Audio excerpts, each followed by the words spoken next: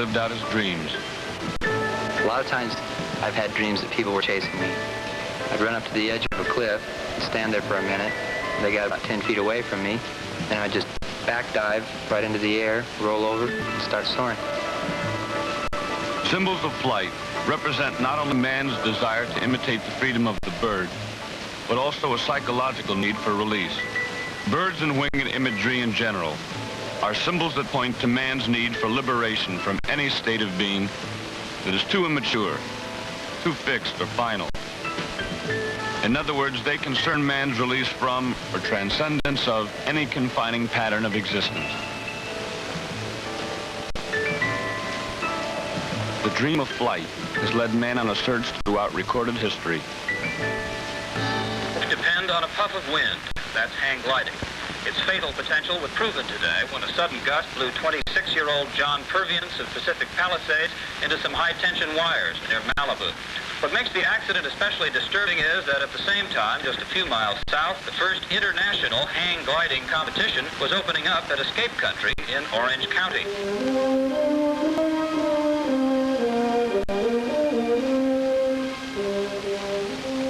The competition will be going on all week from now till next Sunday. Gliders are judged for both distance and accuracy, and competitors come from all over the world, all the way from Australia. An increasingly popular sport, one with enormous risks.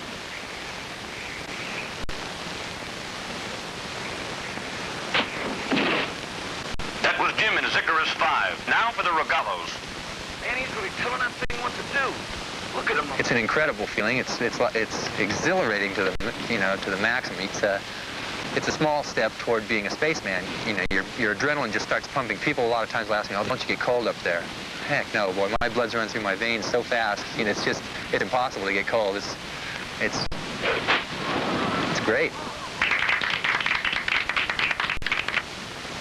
The closer you can get to becoming one, you know, with the machine, the better, you know, for everything.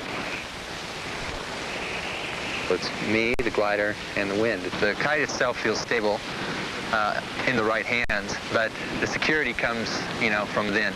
And the security is all in the pilot. That's where you can tell the difference between an accomplished hang glider pilot that really believes in what he's doing and the hang glider pilot that's trying to impress somebody or that's just doing it for the effect.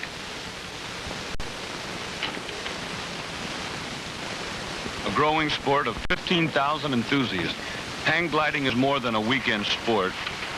It's a way of life, a unique and very special skill. Well, a lot of times we have a thing called diver syndrome. It's a situation where a new pilot gets into a kite and instead of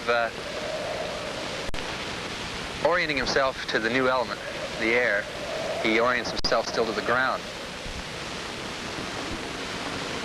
So you have to switch from a ground reference to an air reference, which is the air blowing on your face.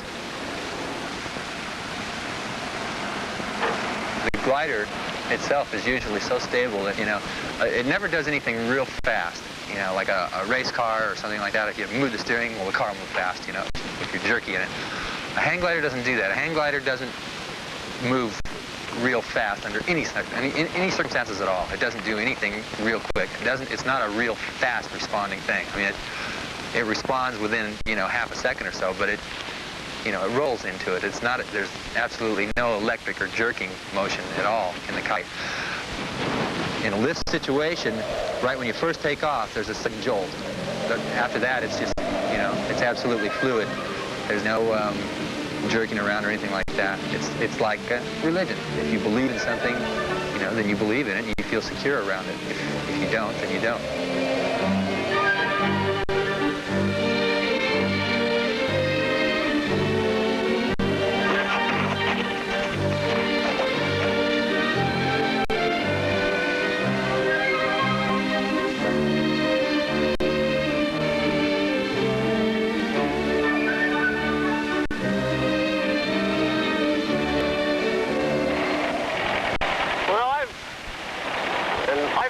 Because I enjoy being out in the open, out in the breeze, and you know, it's a kinesthetic type thing. Being so free and being free in 3 dimensions. It's like sailing or riding a bicycle. You're really out there, but in flying you have even more freedom than those other things. I think of the air as being very substantial, and when I go, fly through the air, I try to visualize what the air is doing and react to it not as just some mysterious force out there, but see what I can see what the air is doing generally. It's always, the air being invisible always fools you, but after you've flown for a long time, you begin to get some ideas how it behaves. Oh, usually it's a pretty constant. Constantly trying to decide where the best lift would be, and trying to visualize what the air is doing, so that you can find the upward moving air. It's constantly a question of what just happened where I was, and do I want to go back there again, or should I try going someplace else? It really keeps you very busy if you're trying to soar actively. I feel quite secure in the air, depending on the conditions. On a comfortable day, on a fairly mild day, I feel as really secure in the air as I would on the ground. When it gets very turbulent, then sometimes being in the air is a little more. It can get sort of scary sometimes. I mean, when you're up there alone.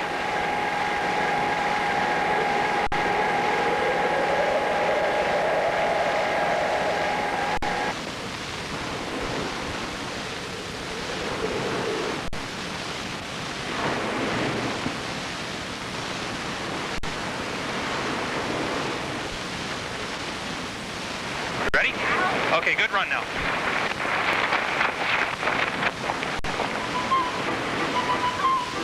Push out a little bit.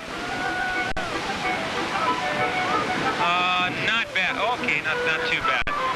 He's attempting to turn, but he doesn't have the speed up to really get very much response out of the kite.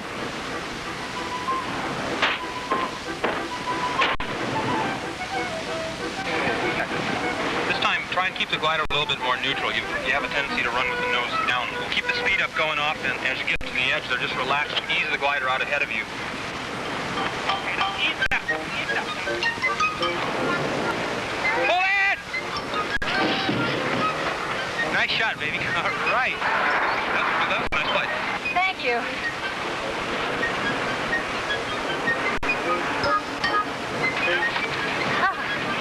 You getting your exercise today, running down this hill?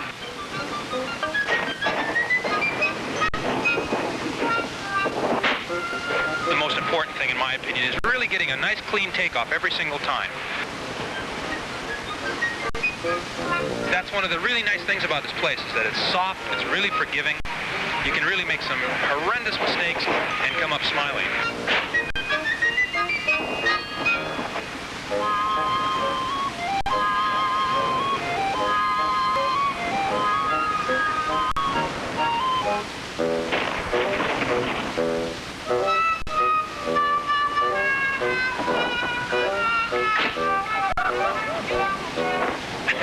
Well, he gets the trophy for distance, if nothing else.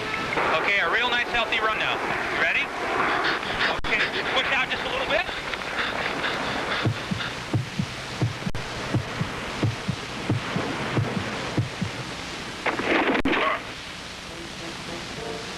It was Leonardo da Vinci in the 15th century who first attempted to fashion the dream into a reality. He studied the physiological structure of birds in flight to apply them to man. He knew man could fly. In the 18th and 19th centuries, adventures in the air intensified,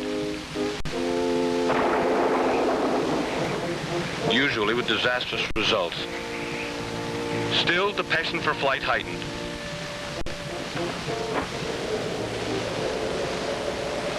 Otto Lilienthal, pioneer glider pilot, had this to say. The air is the freest element. It emits the most unfettered movement, and motion through it affords the greatest delight.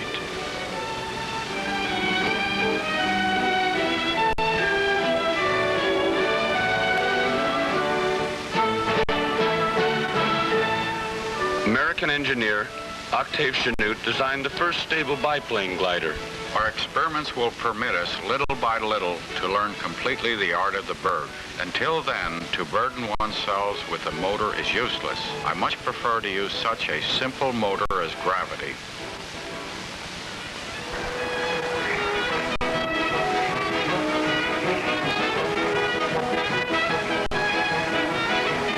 Men of science drawn to flight found inspiration from birds. They even identified with them. This was the case with Orville Wright. A mockingbird lives in the tree that overhangs our tent.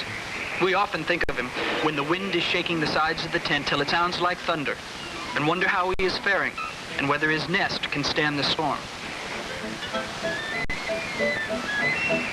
We need no introduction in Kitty Hawk. Everywhere we go, we are called Mr. Wright. In the old days, there was probably only a dozen of us, around 1925, that ever built any kind of a hang glider in the whole United States. And because they didn't have controls, almost every flight was a crack-up. We never jumped off mountains with our gliders, just running down a hill and making full-long jumps. I remember one of the neighbors on this hill that lived on the hill came running out with a National Geographic called Wings of the Wind. And he let me look at some of the German gliders that were being built at the time. They were a bit ahead of us in those days. After a few gliders and a few years, we were able to do like the Germans did and stay up for a length of time without power. And no one ever thought that a hang glider could actually be soared and flown, and it wasn't until just last 3 years that we've been able to do this. There's a time for everything, and this is a time for the hang gliders, I guess. Not until 1949, when Francis M. Rogallo designed the flexi-wing kite for NASA re-entry vehicles, was there an innovation in gliding. The basic Rogallo design was slightly modified for man to fly, and thus the art of hang gliding arose.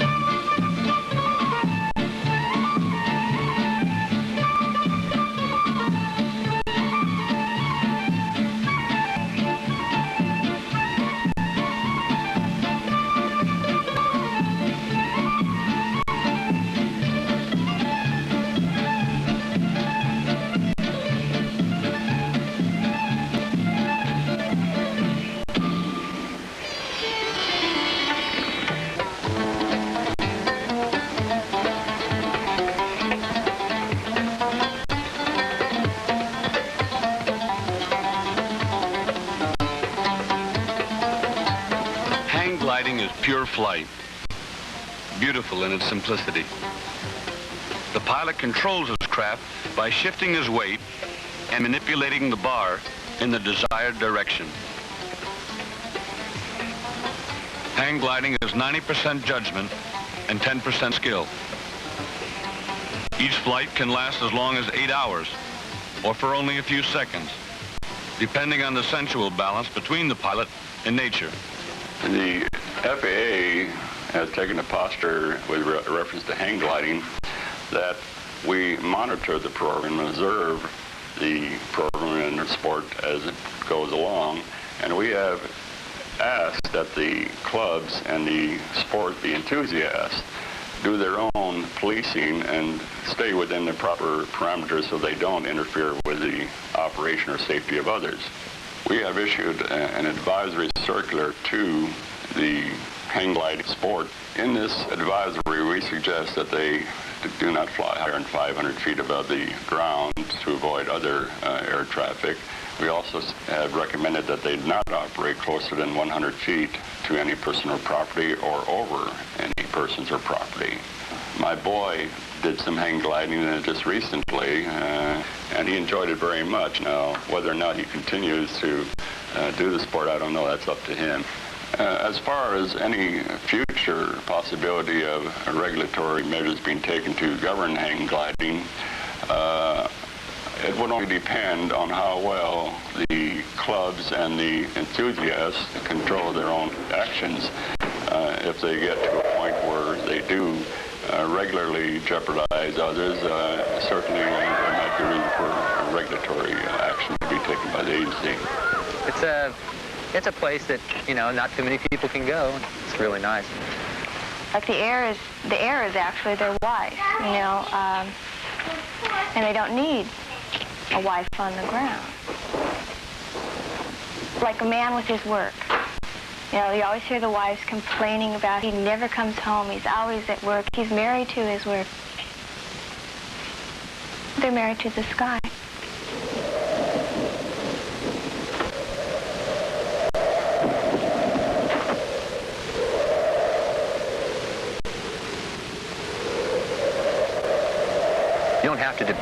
You don't have to depend on anybody else. If you make a mistake, it's your fault. You know, whether it be technical or physical, it's your fault. There's nobody else to blame. And I like that because I like competing against myself. I don't necessarily get off competing against other people. You know, it's because a lot of times that causes hard feelings, and you lose a lot of real good friends by doing something like that. Usually, I don't worry about him at all. Not anymore. I used to when he was first starting. But now he's a lot more careful, and I just trust his judgment.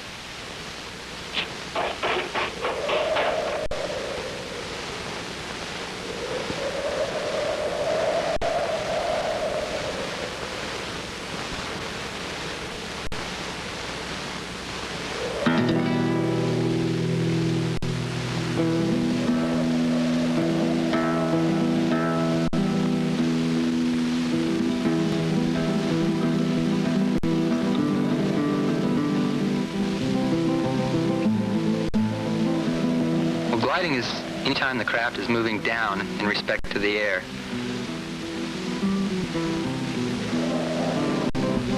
Soaring flight is achieved when the air is moving up enough to carry you aloft so you can gain altitude and go places.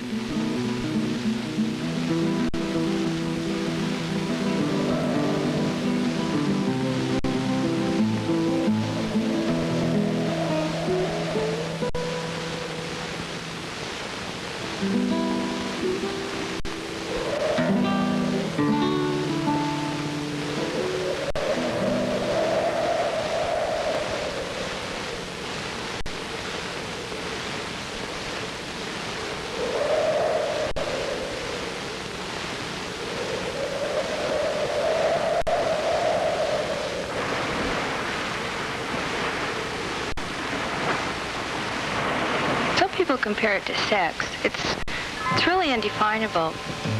It's a solo experience, like meditation, I guess. I talk to my kite a lot. I get up there and talk to the kite. There's nobody else to talk to. All the time. it's something that the better friends you can make with a kite, the better flyer you're going to be.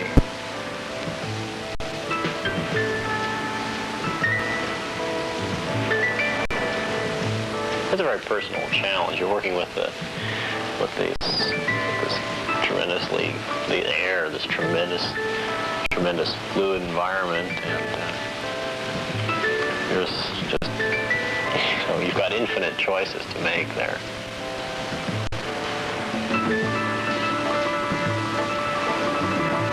You know exactly where the lift is. It's right in next to the cliff in a pretty well-defined zone. You can just go there.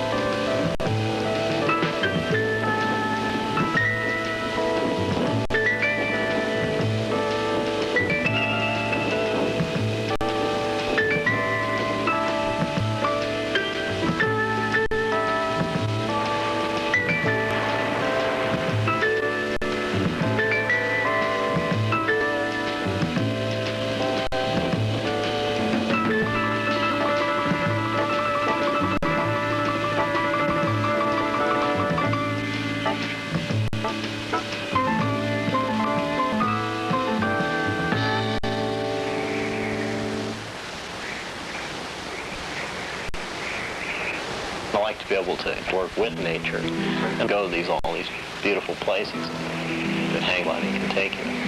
And hang gliding can take you out over the Pacific Ocean when the sun's setting. It's just incredible. The sun shimmers off the waves and the wind whistles through the wires. Or hang gliding can take you to 15,000 feet over the Arizona desert where the hailstones are popping on your glider and the lightning's crackling down. It's sort of your magic carpet to some incredible places.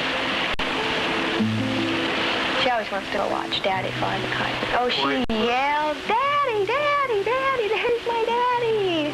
And just goes wild. And you're up there in the air, man. You're a long way from no place. If anything goes wrong, it can be curtains.